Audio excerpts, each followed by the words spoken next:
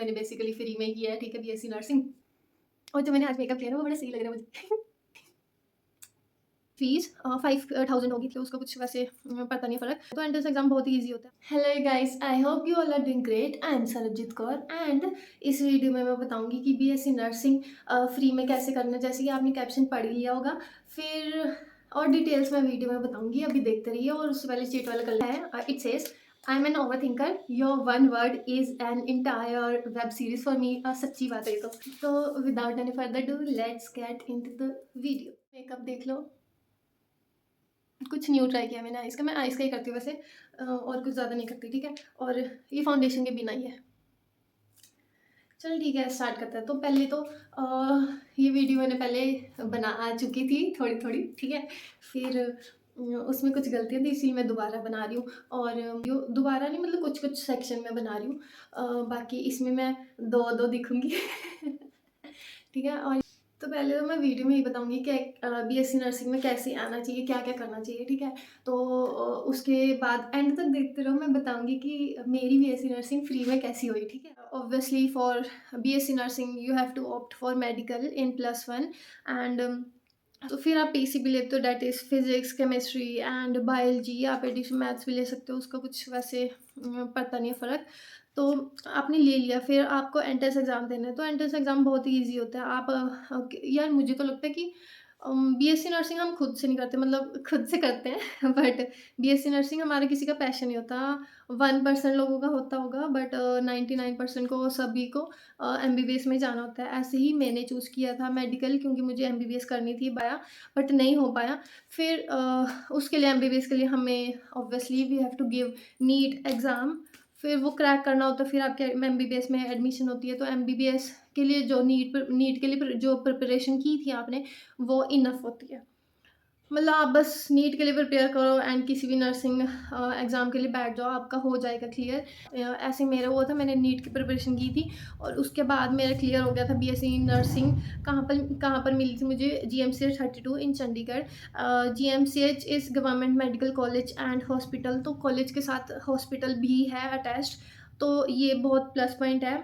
जैसे कि majority of the private colleges, private nursing colleges, हमें हॉस्पिटल नहीं मिलता साथ में, तो उसके लिए हमें किसी और सिटी में भेज देते हैं ड्यूटीज़ के लिए, हॉस्पिटल ड्यूटीज़ के लिए और एक्सपीरियंस के लिए और इंटर्नशिप के लिए।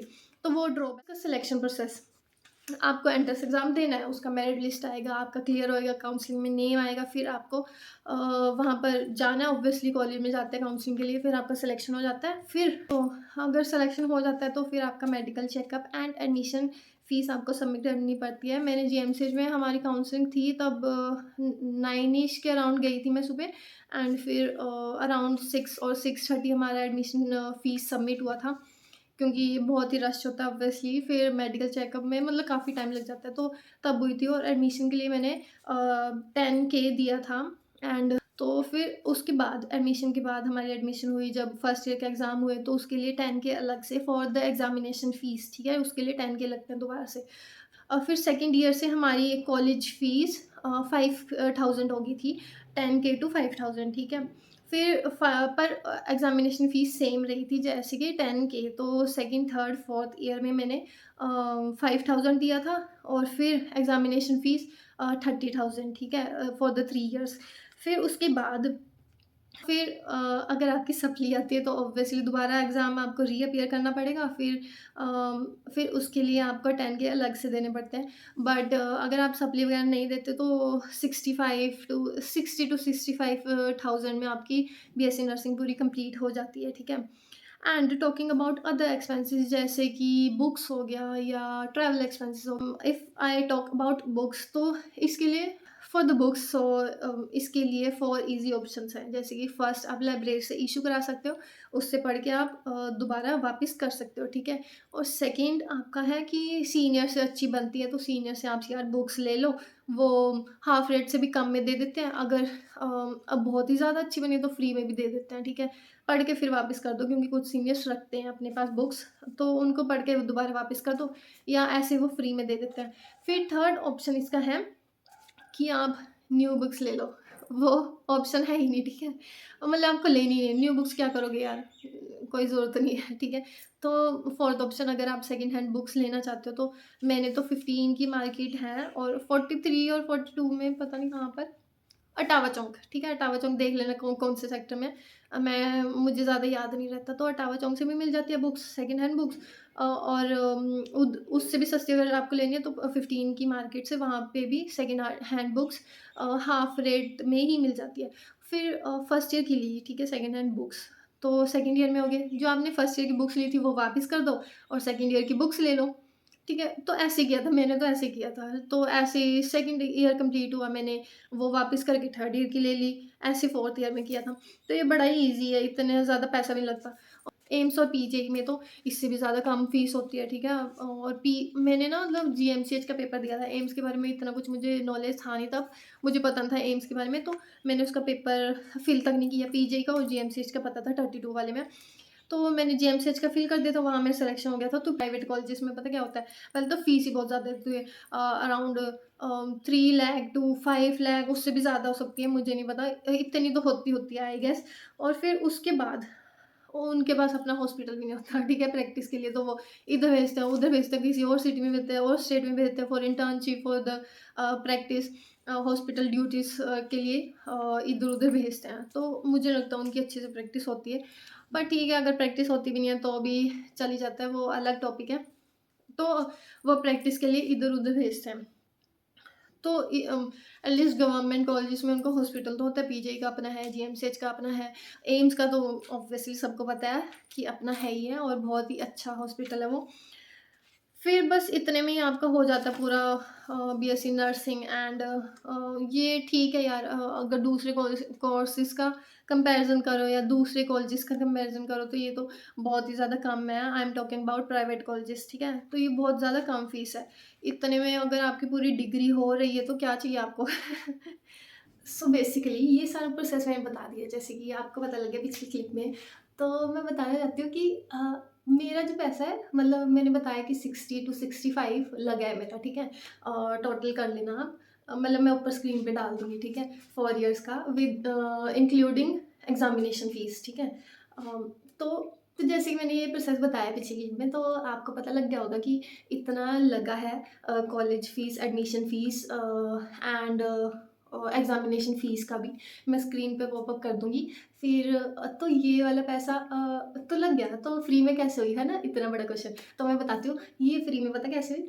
जो मेरा पैसा लगा वो मुझे वापस मिल गया है, मतलब इंटर्नशिप पे। पहले था कि 24,000 ही मिलेगा, मतलब जो कॉलेज फ़ीस थी वही वापस आएगी, तो पर 32 में जब हमारी इंटर्नशिप स्टार्ट होने वाली थी, तो उससे पहले हमारे 32 हॉस्पिटल जीएमसीएच 7th पे के अंडर आ गया था, तो सैलरी इंक्रीज़ होगी सबकी। तो ये एक और रूल आया था कि जो बीएससी नर्सिंग स्टूडेंट्स हैं उनकी भी इंटर्नशिप की मनी इंक्रीज़ होएगी।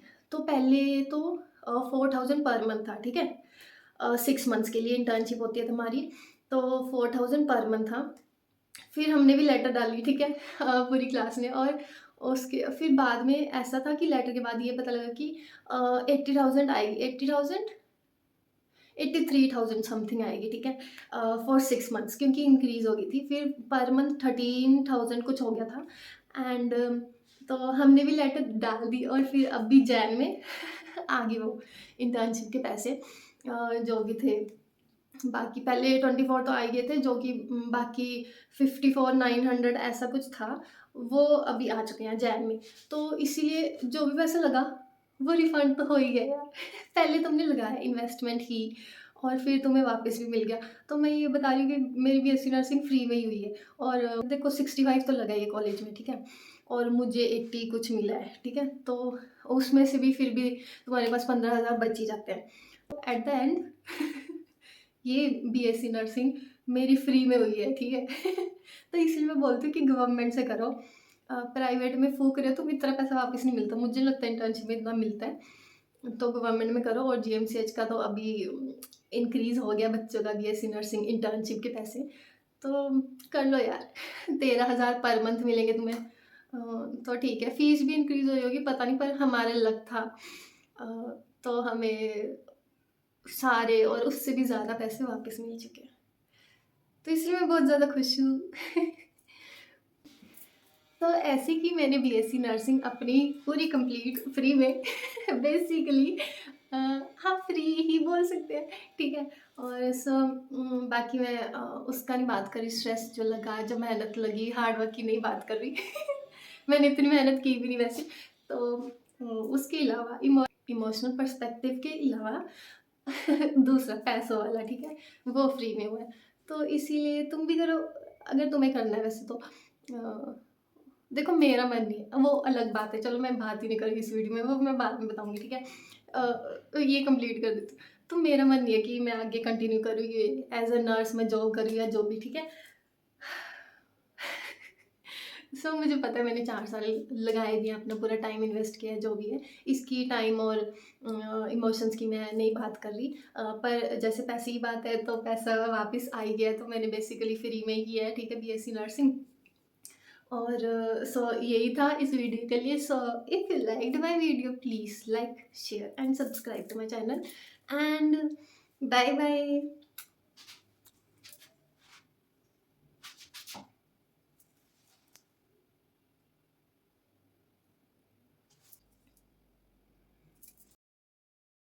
फॉर इजी तरीके हैं तो इसके